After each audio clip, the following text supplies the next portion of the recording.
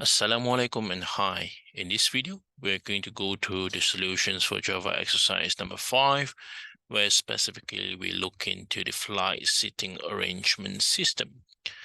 This exercise specifically want to evaluate your understanding of two-dimensional array and at the same time of the use of methods. So if we look into this here, you have been provided with a table which indicates the seat layout of a plant, and you will need to create two methods here. First is book seat, that take the seat label as parameter and book a seat if it is available, and it will update the seat layout. As for the second method here, you will need to display the seating layout, which in this case, the method will print the current seating layout, showing which seats are available and which are booked. Now you have been given the sample output as well, as you can see here. And you have also been given the initializations of a two-dimensional arrays, where in this array you have the row of each of the seat within the airplane. Now what we're going to do here is, first we're going to display the seat layout. So we're going to work on display seating layout before we move on to work on the book seat method. But before we create a method display seating layout, let's look into something simple where we're going to print each of the elements within this two-dimensional array. And we know that we have learned previously where if we want to print all the elements within these two-dimensional arrays, then we will need to use the nested for loop, as you can see here. So for the outer loop, we do for integer I equal to 0, I less than seat.length, which indicates the row here. So 1, 2, 3, 4, 5 rows, and I++. As for the inner loop, it tackles on each of the elements within this row. That's why we have integer j is equal to 0, j less than seats_i dot length j++. So we can simply just do system.out.println, okay, seats ij to print each of the elements within this two-dimensional array. So if I run this, you will see here A1 up until E1. But because the requirement is we need to print something like this, so we need to do kind of like string concatenations in order for us to achieve that similar output. So what I can do here is I'm going to separate each of the row by just adding a new empty line here.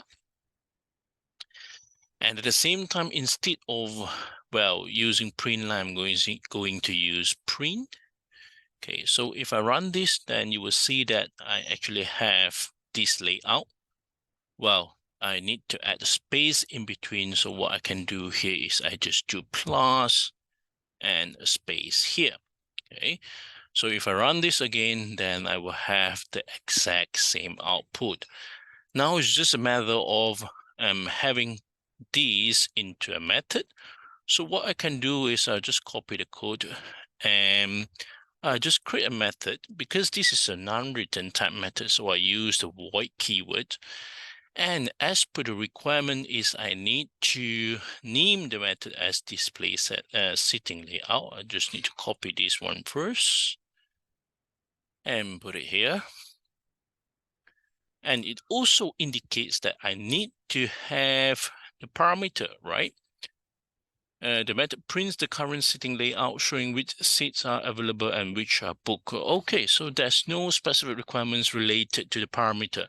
So I can have parameters, I can have it without parameters. So I think I'm going to include the parameters. So I'm going to use this one, seats as the parameter.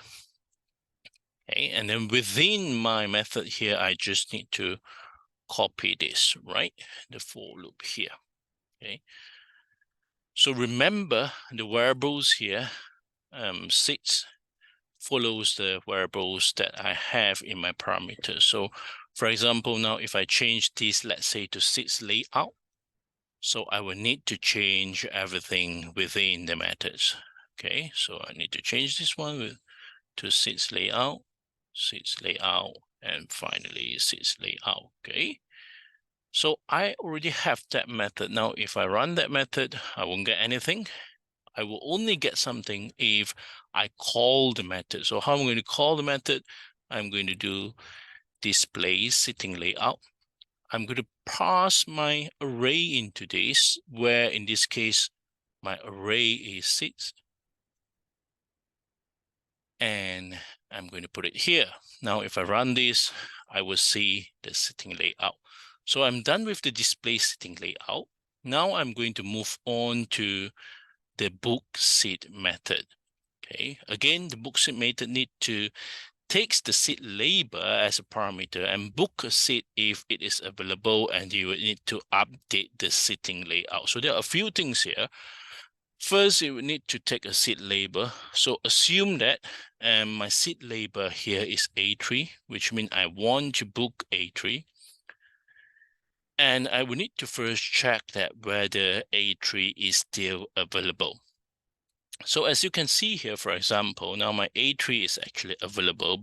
So what I'm going to do here is I'm going to add the if conditional statement. So I will say if seats ij, which is the elements, because this is a string, I can use a specific methods here, contains, okay, my search label, okay, then, well, what I'm going to do here is I just want to print that, okay, system.out.print line seats ij, okay.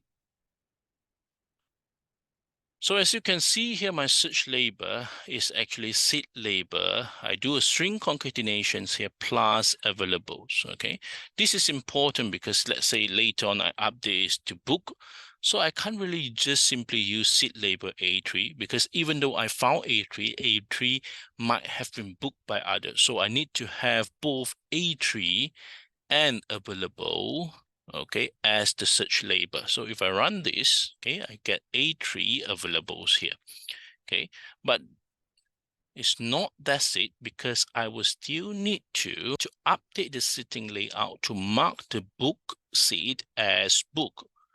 So what I can do here is within this, I'm going to do seats ij, okay, is equal to, still going to use the seat label because I have a keywords here, and here I just need to change it to book, all right, okay, which means that if it contains A3 availables, now I will update my seat, this specific seat here, to seat label plus book, okay.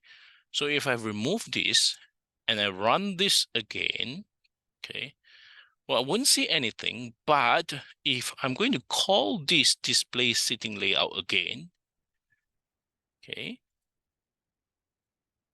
then you will see that A3 is actually book, okay?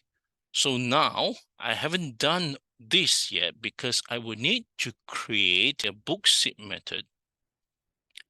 So again, here it didn't say that I need to create a return or non-return type, but it specified that I need to have a parameter. So I'm going to create a non-return type method here, where I will do void book seat. And within that, I will need to have a parameter. So the parameter here, I will name it as seat label, okay, string seat label, okay. And I'm going to put everything here, the for loop, within this method, okay. Now, if I'm going to call this method using a different parameter, so for example, now I'm going to boot the seat, so sorry, it's book seat, and the parameter, let's say I want to do, or I want to book C2, right? So I can do C2 here, okay. If I'm going to run this method, okay, right, there's a problems here because maybe I haven't run this yet, book seat, okay, so I need to run this first and then I run this, okay. So I get book seat C2. Now, if I call this display sitting layout method again, you should have seen that C2 is book, right? Okay, so there's a problem here. You see C2 is still available. Okay, there's something missing here where I should have add in the search label, okay?